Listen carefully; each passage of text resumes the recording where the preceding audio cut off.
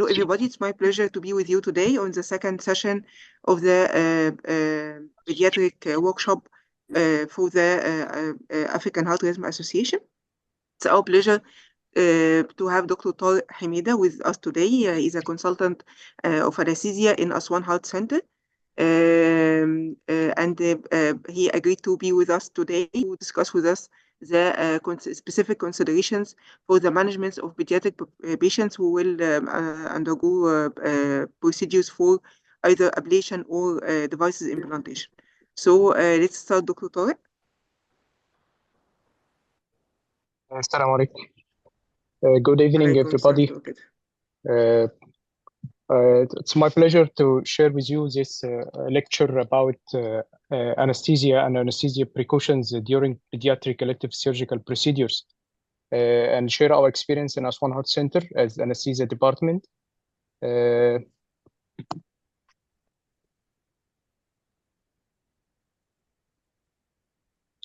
First of all, I have no disclosure and no conflict of interest.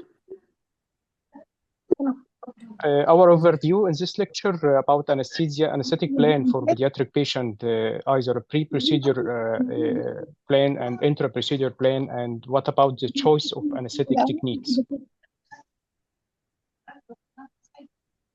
As we know, the most common procedures performed on our elective surgical suite are elective surgical studies and ablations for the management of tachyarrhythmia in pediatric population. And less commonly, implantation of pacemaker and defibrillator and cardioversion and lead extraction.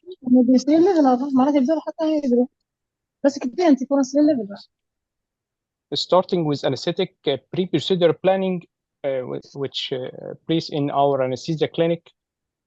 As we know, in addition to the standard pre-procedure assessment as a pediatric population, we should take particular attention to the high-risk cardiovascular system. Excuse me, would those who are speaking other than the speaker please mute?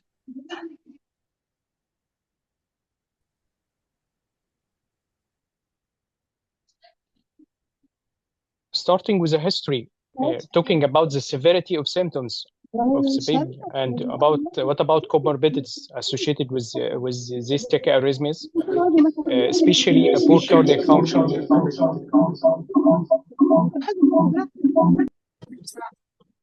Please, can we mute? Okay, thank you.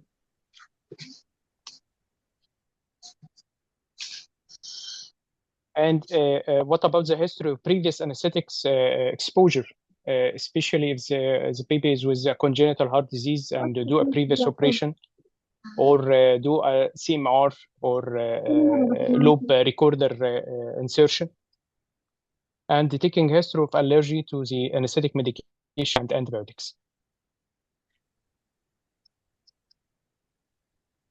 Looking forward, a physical examination of the baby and of the child, especially the airway assessment.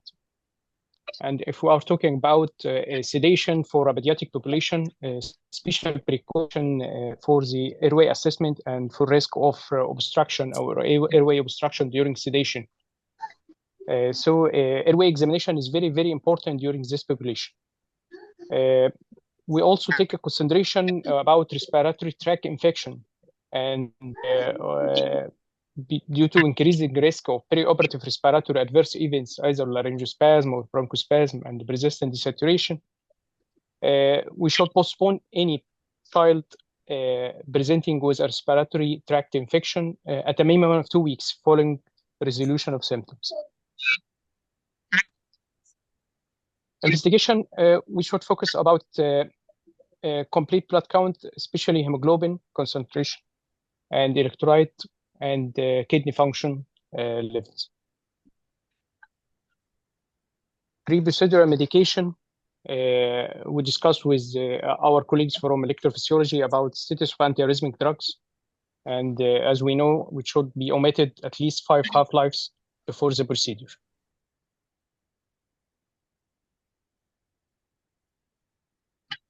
We have a special precaution in the pediatric population about fasting states. And according to American Society of Anesthesiologists Best Practice Guidelines 2003, We avoid the prolonging fasting for a child, and we make always a consultation about timing of the child at our list. If it's going late, we must give a clear float up to 2 hours before the procedure. As we know, prolonged fasting have deleterious effect on the child, hypoglycemia, hypovolemia, and starting of metabolic acidosis, which has adverse events during induction of anesthesia. So, the majority of our children presenting for ablation otherwise are healthy baby with a normally functional heart and presenting for a tolerated supraventricular tachycardia. But a minority of these children have a life-threatening arrhythmia or arrhythmia complicating a congenital heart disease and cardiomyopathy. Procedure preparation. We talk about several points during the procedure about anaxolysis and monitoring. What about choice of anesthesia, using of transesophageal echo, and intra-procedure events and the drug administration. Starting with anaxolysis, we usually use a midazolam, and this is very helpful in keeping the baby calm. Whereas due to increasing time between separation and induction, parental separation of the child and induction, need for replacement, electrodes or monitor, we usually need to give the baby an anxiolytics medication, especially midazolam. And we always avoid to see this picture during our cath lab.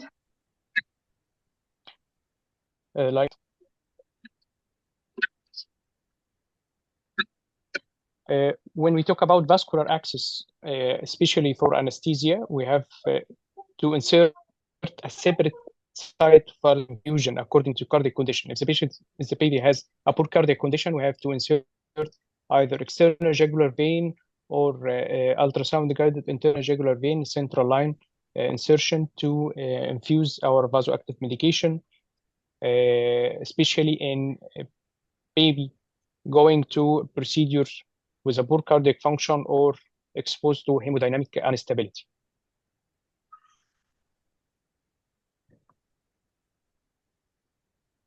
Our monitoring using standard American Society of Anesthesiologists monitors, 5-lead electrocardiogram and pulse oximeter to monitor the oxygenation of the child, and the special precaution during cath lab for using a capnography, and we'll talk about that later, either for intubated or sedated pediatric, esophageal temperature probe, and a dedicated arterial line. And we have a protocol in Aswar Heart Center to insert a dedicated arterial line in every baby going to ablation.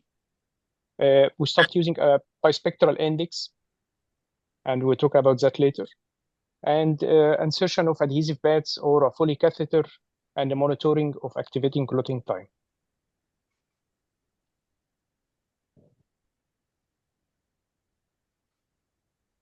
Temperature control and thermoregulation for the pediatric population is very, very important in the cath lab. Acids, in the environmental factor in the cath lab, hypothermia is a major issue. And due to this is a pediatric patient, has a patient factors that may incorporate for a major heat loss due to large surface area body weight ratio or high male ventilation, poor subcutaneous fat and thin skin, and humidification, respiration. All these factors integrate to a heat loss. And due to ineffective shivering mechanism of pediatric population due to limited muscle mass, there is a defective heat production. And due to all these factors, we usually insert an esophageal temperature probe and maintaining a temperature above 35 degrees Celsius or 95 Fahrenheit. And as we all know, the deleterious effect of hypothermia on the baby, leading to impaired oxygen delivery, metabolic acidosis, coagulopathy, impaired drug metabolism, which leading to a delayed recovery. So we make it as standard active warming devices is always used during the procedure from the start.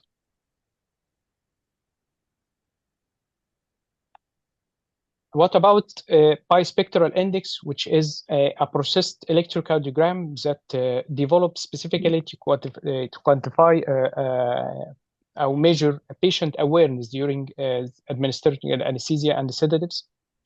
And we use its value to distinguish the depth of anesthesia, which very, very helpful during induction and prognosis of ventricular tachycardia. And this is the shape of the device. This is the electrodes over the forehead of the baby. And we use this numerical value integrated in the device to measure the depth of anesthesia. And there is a lot of papers talking about that. One of them published at BMC Anesthesiology talking about the effect of anesthesia depth on radiofrequency catheter ablation of ventricular tachycardia retrospective study from January 2014 until 2019. Over 100 patients were analyzed and conclude that lower bispectral index value during VTAC induction in radiofrequency catheter ablation associated with high risk VTAC no induction, which affect the postoperative outcome.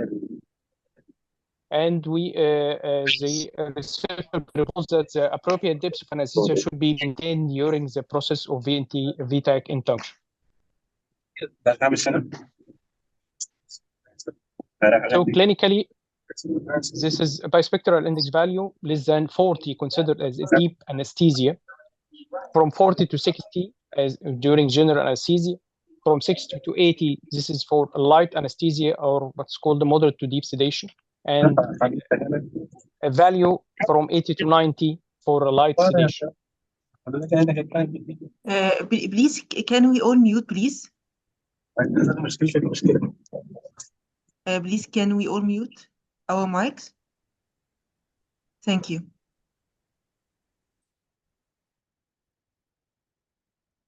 Our second monitor used frequently in the cath lab, even during anesthesia, general anesthesia or sedation. It's a capnography, measure end-tidal CO2 monitoring to measure, we take it a measure adequacy of ventilation, either to monitor the anesthesia care or sedation and general anesthesia. Also, we use this monitor to monitoring of respiratory rate and any significant hemodynamic changes occurred to the baby. This is the shape of the catheter. Use a microstream catheter to measure end-tidal CO2, and its value that's used not only during general anesthesia but during sedation procedure. So we take also care about the positioning of the child to avoid injuries of nerve and pressure areas. Our patient kept supine position, and we should also take care of arm positions to minimize the stretching of brachial plexus. And all monitor, as you know, displayed correctly and avoiding any cables around the fluoroscopy to avoid artifacts. Once the procedure starts, unfortunately, this baby is covered, and we have to secure airway very, very good, and to make a reliable venous access with accessible extension and ensure protection of his eyes. This is all care of the baby during the procedure to avoid any side effects. What about choice of anesthesia?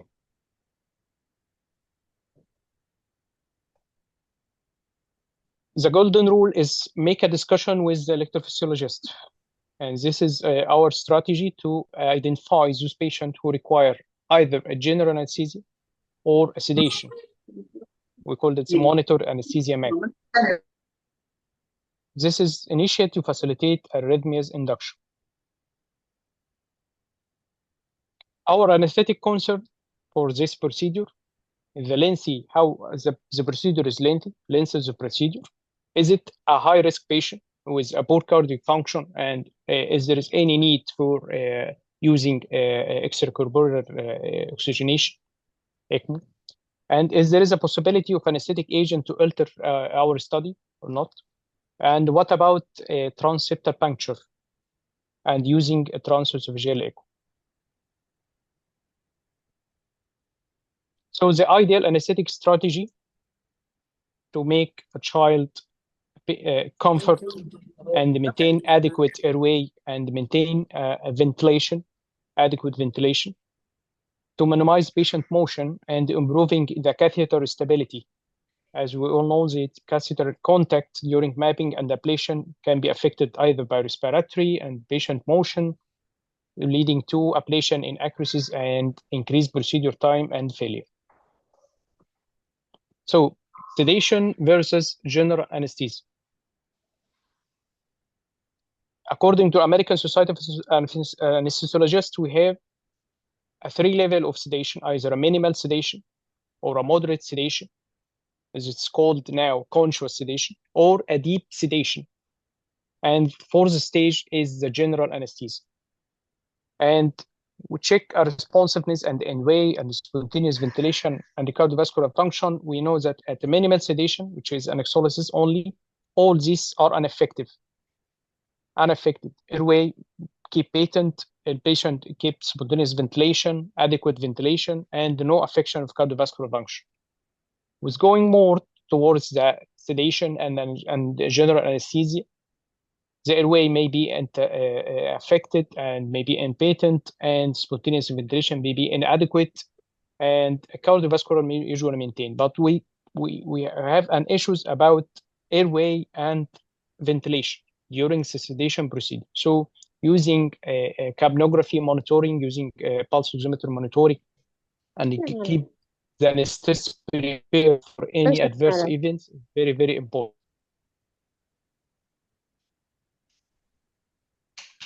We prefer in pediatric population to doing a general anesthesia with tracheal intubation, what's called JET.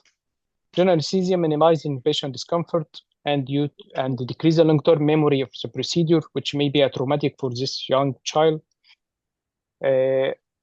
Also, using of transesophageal echo may be an indication of general anesthesia.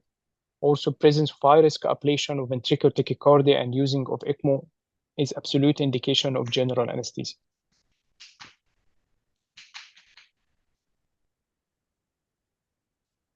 This is all the advantage of general anesthesia. It's decreasing the patient movement and decreasing disruption of mapping and providing a catheter stability, and they diminish the effectiveness of ablation lesion, and also decreasing risk of injury of adjacent structures.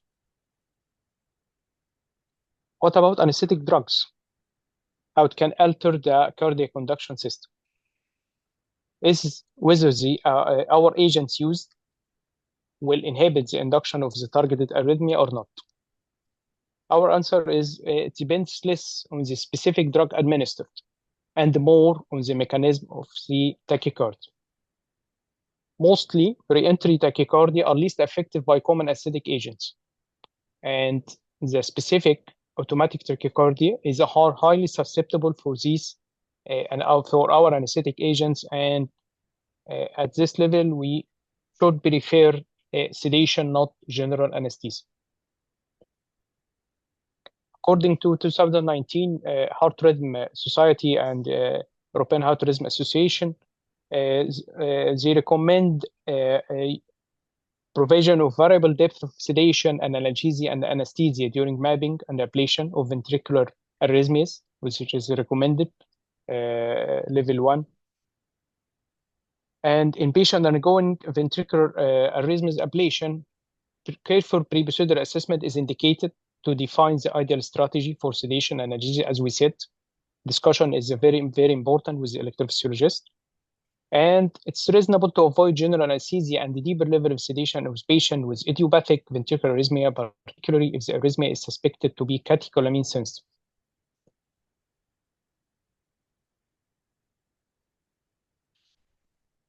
Published in Circulation, Arrhythmia and Electrophysiology, a comparison of outcome of pediatric catheter ablation by an anesthesia strategy and they talking about this is a multi-center retrospective study, subjective from 1 year to 21 years patient population.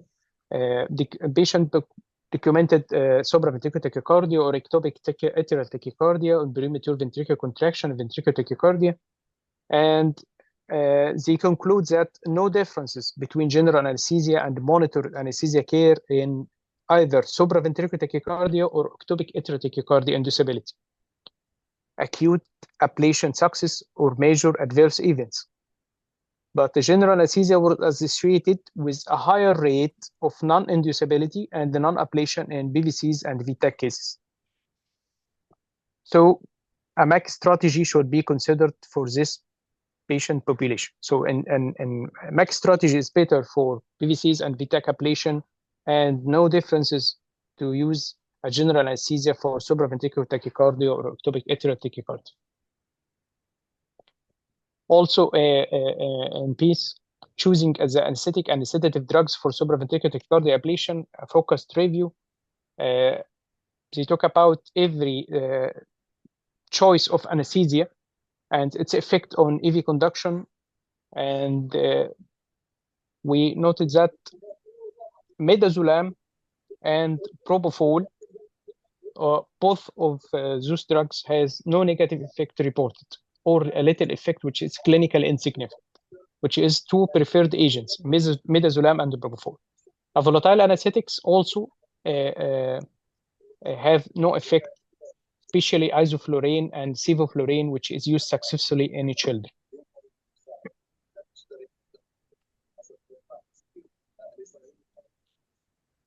What about IV fluids and hypoglycemia, which is carry a major risk factor for the pediatric population, as we know? So we regularly or routinely check random blood sugar after induction, and we be very cautious about IV fluids. We should maintain IV fluids at least to except if there is hypovolemia or a bleeding from vascular access or my hemodynamic stability. And we usually in the pediatric population use erythritol, which is filled at predetermined level. And we also know that hypervolemia has a negative consequences on the patient population due to hemodilational anemia and electrolyte abnormalities, or a pulmonary edema, and decreasing myocardial function. Most common intraprocedural events is a period of tachyarrhythmias during either during ablation with a significant hemodynamic compromise, and with monitoring of invasive blood pressure once the hemodynamic consequence occurred. We should communicate with the electrophysiologist. Communication is very, very crucial. So our arrhythmia can be terminated rapidly with override pacing. It's not the cause and instability is the pacing itself. The pacing can be stopped to allow recovery. And second choice, we're using a vasopressor, either phenylephrine or noradrenaline. Rarely, we're using external cardioversion to correct this tachyarrhythmias with hemodynamic instability. And finally, we check a fluid status if the patient needs a fluid bolus. Interprocedural drugs, most commonly using as adenosine, as we all know, is blocking normal EV conduction, but we have a specific as anesthesia, a specific precaution with adenosine, as we know, we give it at a bolus with rapid injection through central IV axis, but we have reported cases of bronchospasm during after injection of adenosine, denoted on mechanical ventilation and low tidal volume, high peak airway pressure, and has a negative consequences during recovery of the patient. And there is a case report denoted that adenosine and bronchospasm vigilance in the electrophysiology suite. Second medication is isoproterenol, isoprenaline.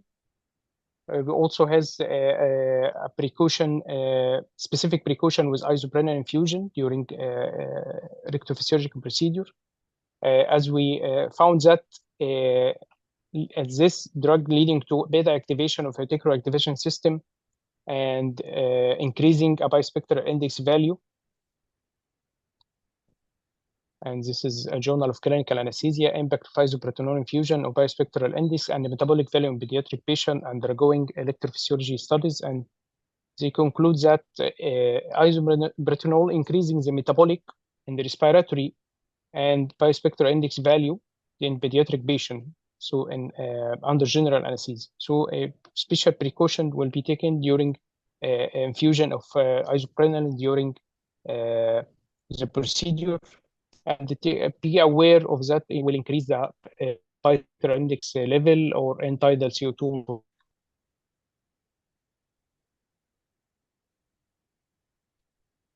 Post-procedure specific precaution, we're using dexamethasone as one of the antiemetic agent. And as we know, dexamethasone, you have an issues with that may hinder scar formation following ablation. So we omit using dexamethasone as antiemetic agent following the procedure, and we can use ondansetron or propofol at subhypnotic doses instead.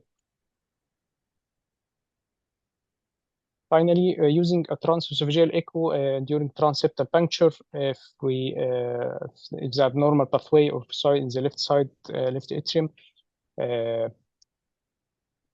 we showed increasing the doses of the heparin to making ACT of above 300 seconds. And usually doing a transseptal puncture in our cath lab under transesophageal echo guidance. The two views most commonly used as bicaval, medioesophageal bicaval view, and aortic valve short axis view to orient the superior inferior orientation in the bicaval view and anterior and posterior orientation in the short axis aorta view.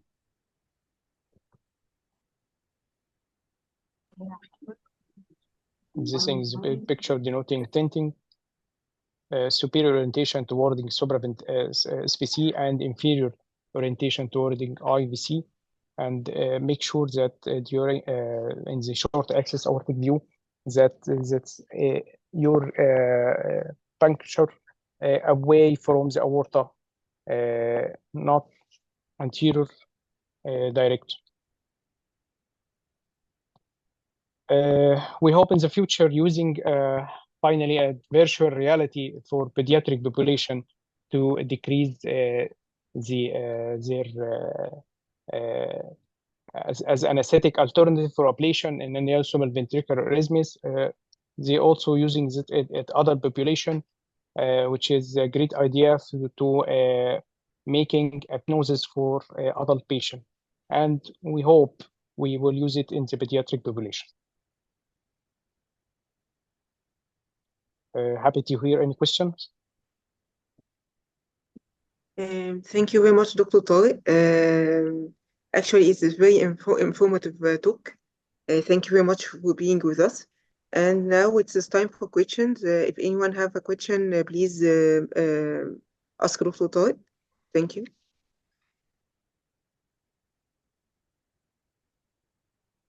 Hello, Dr. Tarek, and thank you so much for your very important presentation.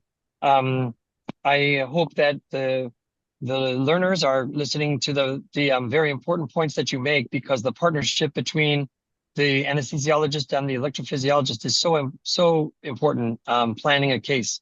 Dr. Tarek, I have a number of questions. I'll just give you one now, and we'll hear if other people have questions. Do you have a checklist that you review with the electrophysiologist before your procedures? Are there items that you always double check with them in preparation for an ablation case?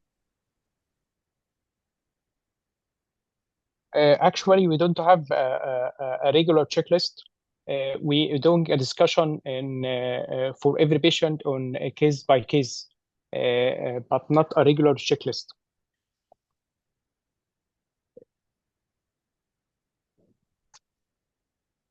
As you know, every case has its own risk, either in preparation, pre and post procedure.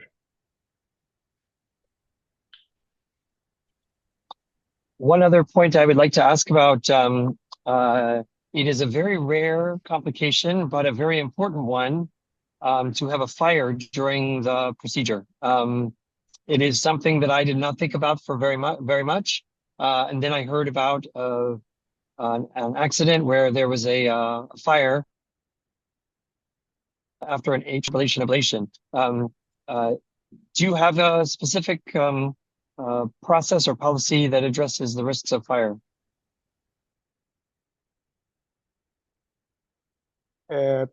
We don't have any precautions for fire in the cath lab suite in our center. Actually, it's a very, very weird complication. And I think it's due to a prolonged time of ablation. And it's right. The situation that occurred that I would like you all to be aware of is so with a fire you need three things. You need the oxygen, you need some kind of fuel, which can sometimes be the sheets or the blankets, and another one is a spark or ignition. In a patient, a child or adult who is receiving nasal cannula oxygen, and the oxygen accumulates under the drapes. If the patient receives a cardioversion, that can result in fire. It's an unusual situation, but it can happen in an EP procedure because, for example, an atrial fibrillation case, you may cardiovert at the end of the case. In a case that is not atrial fibrillation, you may need to use the cardioversion, and it can occur. Actually, it sounds like a strange thing, but it is a known situation that I think is one of those things one needs to avoid. And so we always make sure we have a discussion of how much oxygen is flowing, and if we need to use the defibrillator, we have an agreement that we will open up the sheets so that the oxygen can escape from underneath the sheets where it has accumulated. You are true about the three causes of the fire in the cath lab. Also, it's very, very rare to occur, but we have to check before every trial of cardioversion or defibrillation also to making oxygen off, especially in non-intubated patients. Switch off the oxygen is very, very important before defibrillation, also during a cardioversion. And we always teach our colleagues and nurses in the OR and also in the operating room and the cath lab to make sure of that. Thank you, Dr. Tarek. Did you see also the question about fentanyl? Yeah, we have a question from Dr. Muhammad. He's asking about the use of fentanyl in as a pediatric population. Do you usually use fentanyl during anesthesia for the pediatric population or not? Yes, we always using fentanyl for general anesthesia as a stress, and no hazards to using a fentanyl during a cardiac ablation at the regular doses from 1 to 2 mic per kg. Okay, perfect. Any other questions from the panel, from the our colleagues? Sorry, yes, I have a question, please. Sorry, I don't speak very well English, but pediatric population is very vast, newborn to 16 years. I want to know what about all child with VPG, 10 years, 11 or 13 to 12 years, for example. You prefer sedation or general anesthesia for ablation?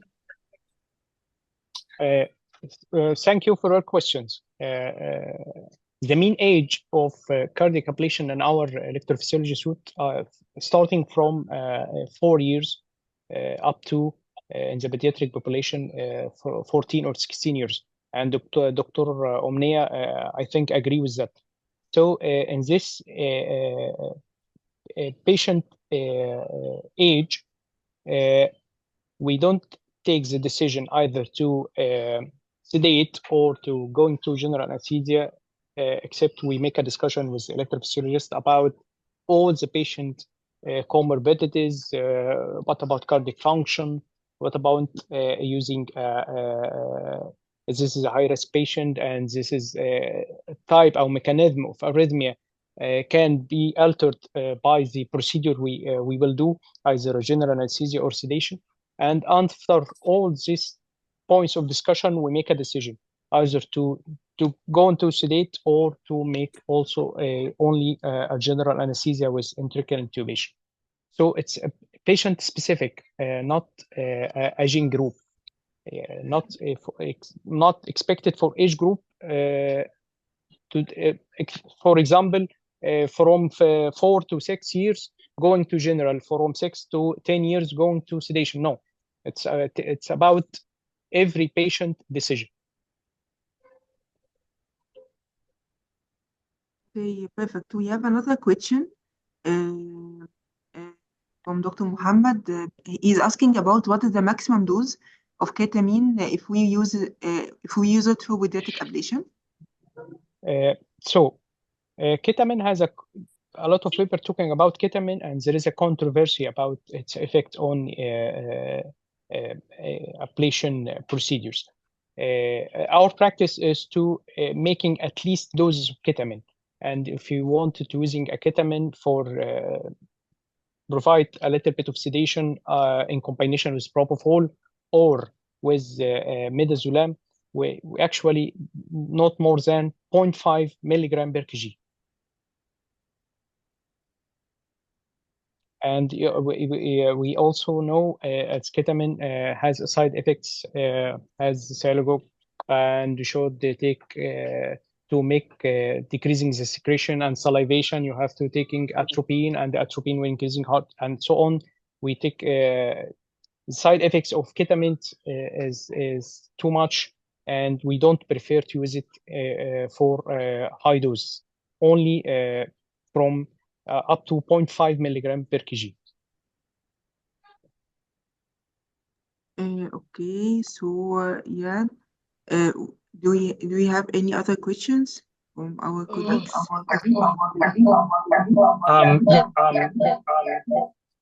Okay. Okay, so can you if we are not asking, can we mute, please? Can we mute our mics, please?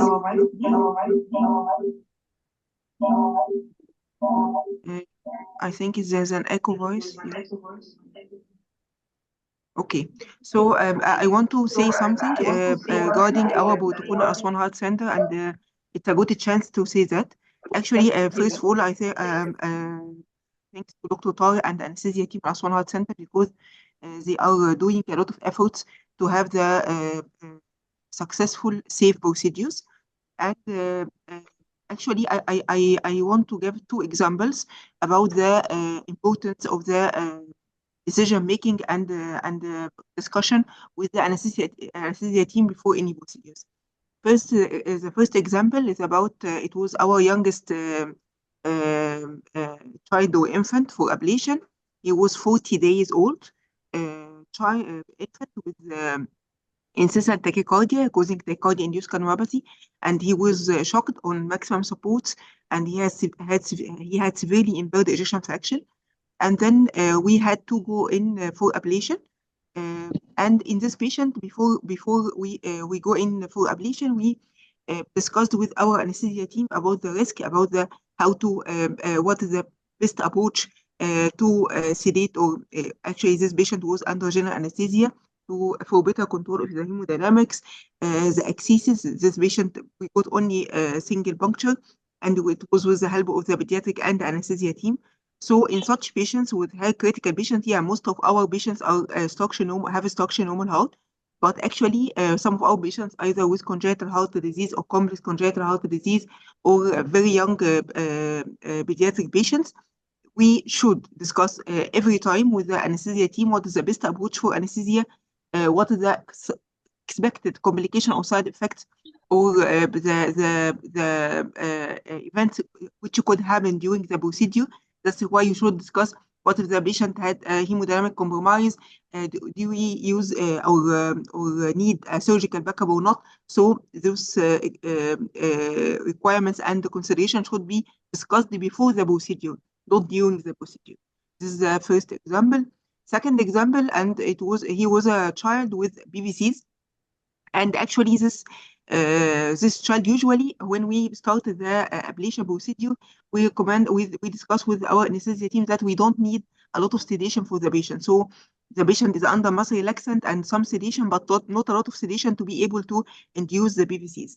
But in this patient, the BVCs were more common during bradycardia, not tachycardia. So when the patient go deeply in sedation, the BVCs appear. When the patient has high heart rate, high resting heart rate, so the BVCs disappear. And actually, to be honest, the one who noticed this during the procedure was the anesthesia team, not us, and they recommend that, okay, let's go do in deep sedation and let's try to make the BVCs more clear to be able to ablate. So what I need to say that before each procedure, you have to have a successful, safe procedure. You have to plan and discuss with your anesthesia team what is the precautions, what do you need from him, and then you can go for a smooth procedure. So I think Dr. Mervat may have questions for you, Tarek.